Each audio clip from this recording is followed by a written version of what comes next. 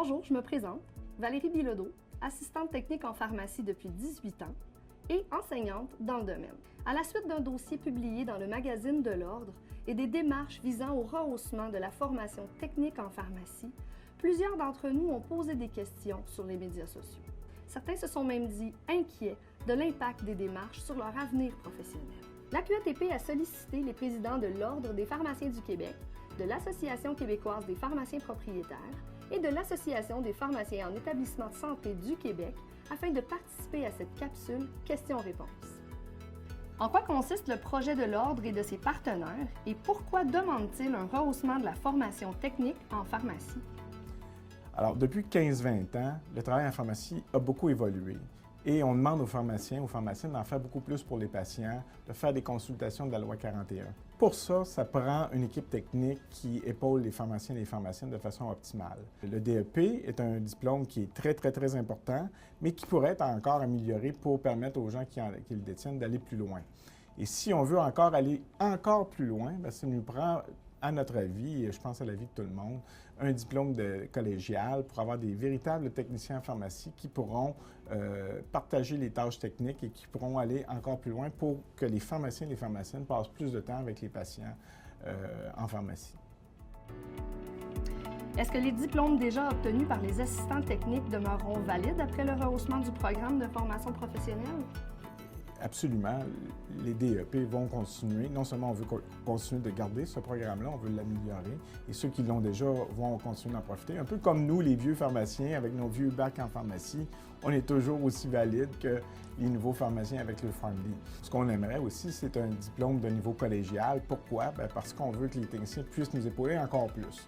Alors, un exemple bien simple, c'est, comme vous le savez, en pharmacie, l'Ordre, on demande beaucoup de politique et de procédures. Bien, pourquoi pas prendre les techniciens en pharmacie et nous aider non seulement à les rédiger, à les mettre en place, mais à les faire vivre, ces politiques et les procédures-là, afin justement de s'assurer de la sécurité du circuit du médicament et de permettre aux pharmaciens et aux pharmaciennes de passer plus de temps avec les patients.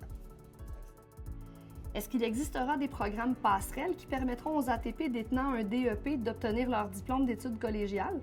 Et devront-ils suivre des cours de base comme le français et la philosophie? Alors oui, on aimerait avoir un programme passerelle pour les DEP actuels qu'ils puissent passer à un niveau collégial. Ça existe dans les autres provinces, donc c'est pas impossible à faire.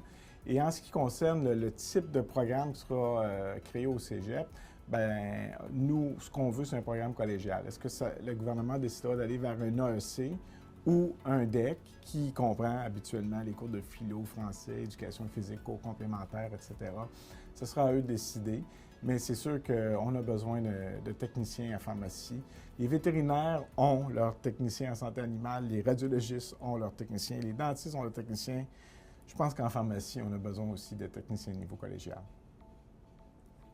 Sait-on si les pharmaciens propriétaires ont un intérêt à embaucher des ATP qui auront une formation collégiale? Évidemment, tous les pharmaciens propriétaires, tous les pharmaciens reconnaissent l'apport d'un ATP bien formé au fonctionnement d'un laboratoire à aider le pharmacien à offrir des services de qualité. On a sondé nos membres il y a quelque temps à savoir, seriez-vous prêts à engager un ATP de formation collégiale?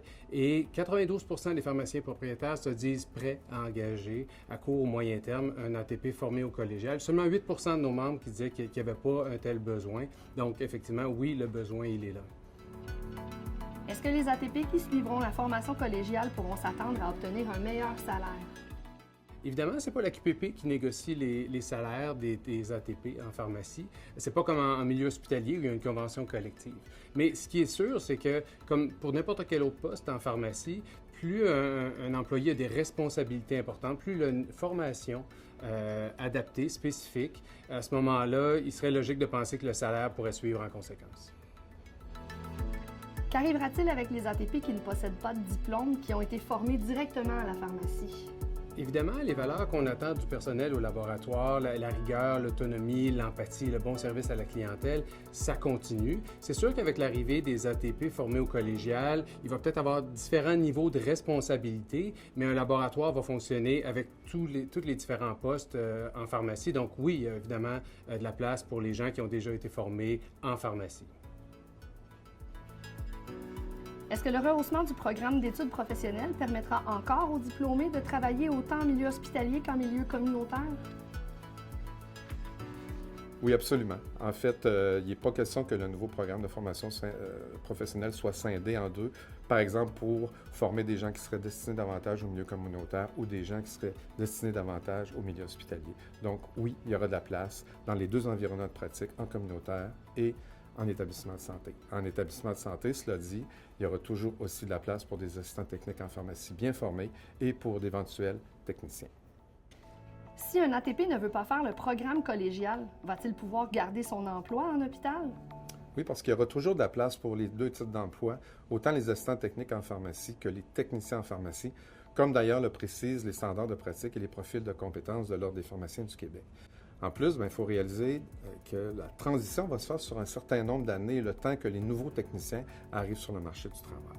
À plus long terme, il n'est pas impossible que, compte tenu de l'évolution des pratiques, compte tenu de la complexité qui aussi a tendance à s'accroître, il n'est pas interdit de penser que certains postes d'assistants techniques pourraient être convertis en postes de techniciens, comme par exemple lors d'un départ à la retraite. Cela dit, l'Association des pharmaciens d'établissements de santé va faire toutes les représentations nécessaires pour faire en sorte que les assistants techniques qui souhaiteraient suivre le programme de formation collégiale aient des conditions facilitantes pour leur permettre de le réaliser. Va-t-il y avoir une augmentation de la rémunération en établissement de santé avec le rehaussement de la formation? Concernant la rémunération, il est assez évident qu'en ce qui concerne le titre d'assistant technique en pharmacie, comme c'est un titre d'emploi qui existe déjà, il est peu probable qu'il y ait une augmentation de la rémunération. Par contre, pour les gens qui éventuellement deviendront techniciens en pharmacie, on peut s'attendre à ce qu'il y ait une augmentation de la rémunération puisque celle-ci est en général reliée à soit la complexité du travail et à la formation acquise. Avec le rehaussement de la formation, est-ce que les ATP auront leur propre ordre professionnel? La création d'un ordre professionnel demande un long processus de multiples ressources, que ce soit sur le plan humain, logistique ou financier. Il ne faut pas oublier non plus que le mandat d'un ordre n'est pas de défendre ses membres, mais plutôt de protéger le public. Cette option, dans le passé, a été analysée par le groupe de travail dont fait partie la QATP, mais aujourd'hui, elle n'est plus envisagée. Quel rôle joue la QATP au niveau du rehaussement de la formation? Le dossier du rehaussement est l'une des missions que la QATP s'est donnée. Depuis 2011, nous siégeons sur le groupe de travail avec tous les acteurs de la pharmacie, dont la plupart sont présents aujourd'hui. Le projet comportait 3 phases, dont 2 ont été complétées, soit l'élaboration des standards de pratique et l'élaboration des compétences pour les ATP et les futurs techniciens en pharmacie. La phase restante porte sur l'étude du cadre réglementaire, mais pour pouvoir la compléter, nous avons besoin de l'aval des ministères de la Santé et de l'Éducation sur la pertinence du rehaussement. Eh bien, chers collègues, j'espère que cette capsule vous a éclairé et que vous n'avez plus d'appréhension ni d'inquiétude en lien avec le rehaussement de la formation des ATP. Je remercie M. Bolduc, M. Tifo, M. Paradis et M. Amine d'avoir bien voulu participer à cette capsule. En terminant, je me permets de vous dire ceci. Nous attendons depuis des années que notre magnifique métier soit reconnu à sa juste valeur. Nous avons enfin cette chance. Saisissons-la.